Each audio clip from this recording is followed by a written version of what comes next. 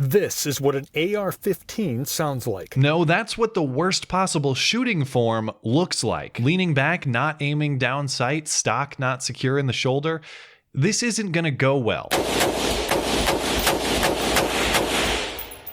Okay, well, as tweeter Sean said, can we all just take a moment to appreciate the bravery of this cameraman set up in the general direction of this erratic fire? You know, it's no wonder CNN likens gun owners to child murderers. It's hard to look at you and not look down the barrel of an AR-15. If you can't get elected without taking money from child murderers, stop the NRA from doing what they're doing and basically killing kids. With aim like this, I can see how you might pick off a few on accident. Amazingly, as bad as that shooting was, it was actually somehow at the direction of a military instructor. Lieutenant General Mark Hertling, a man who notably commanded the Army's 1st Armored Division in Iraq during the troop surge of 07-08, instructed this CNN reporter in the use of an AR-15 at a gun range in a segment called An Up-Close Look at the AR-15, an allegedly informative piece that is actually anything but. We often wonder if media misinformation is a product of ignorance or of actual malice. Mr. Hertling here served in the Army for 37 years. I suspect he probably knows what he's talking about when it comes to firearms,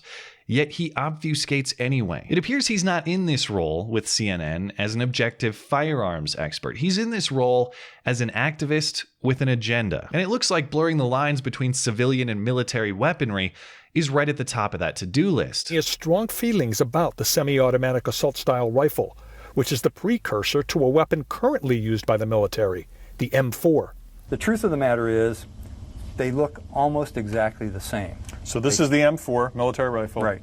This is the AR-15. Right.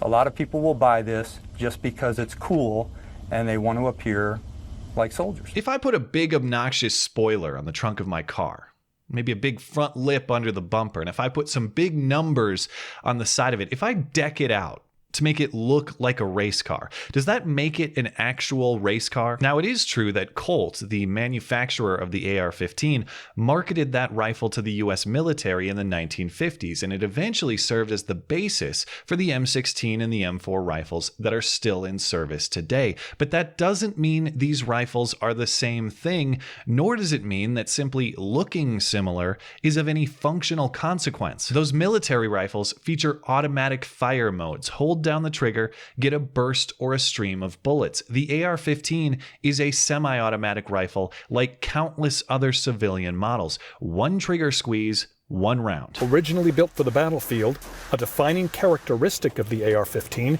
is the speed and power of the bullet. The speed and power of the bullet is a defining characteristic of the bullet, not the rifle. All of these rifles will fire the same round at the same speed as the AR-15. This Ruger Mini 14 is a semi-automatic functional equivalent of the AR-15. But you don't warn people about that because it's made of wood and therefore not scary. Well, wood obviously indicates legitimate sporting purposes. Same bullet, same speed, same power, same damage, same rate of fire. Yet you imply that somehow the same round is more dangerous fired from one rifle over another because of the defining characteristic of black plastic.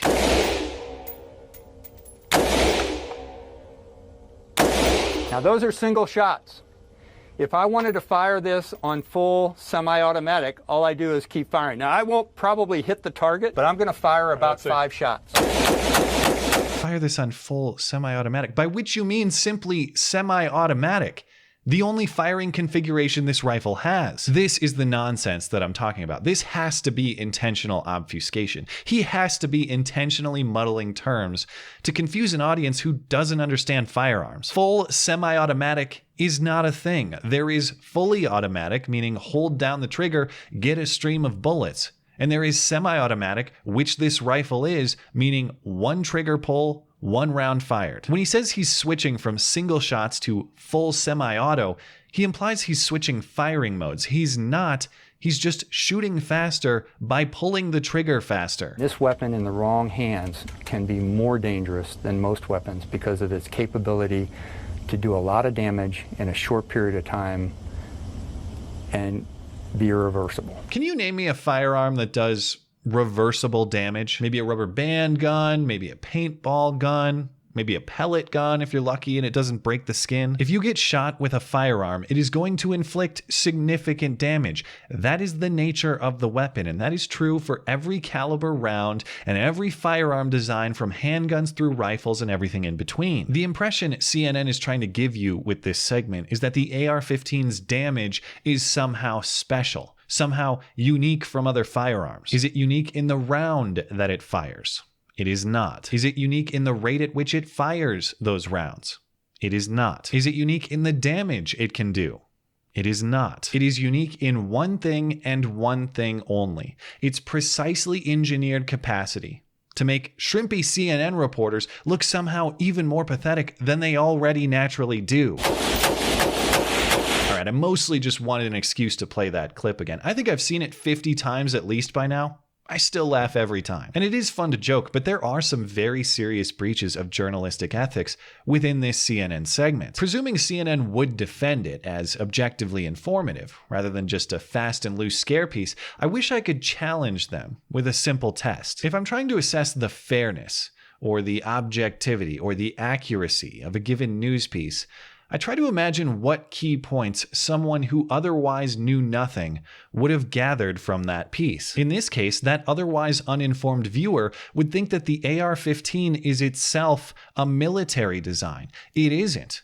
That viewer would think the rifle's round is especially powerful. It isn't. That viewer would think the rifle's firing rate is especially fast. It isn't. And that viewer would think that getting shot by this rifle is somehow more deadly than getting shot by any other rifle for hunting or any other purpose.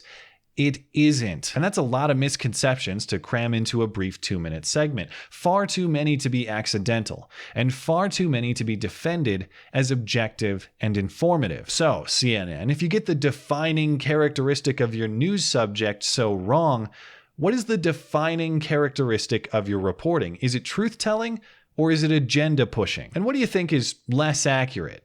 CNN's delivery of the facts, or their shot grouping? All right, I'm done. I've had my fill. I won't play it again. Today, at least. Thanks, as always, for listening and for supporting this channel. Always appreciate that thoughtful discussion down below, and especially over on Twitter. That is at ML Christiansen. You're always welcome to come hang out and chat in my live streams. Those are linked down in the description. Looking forward to it.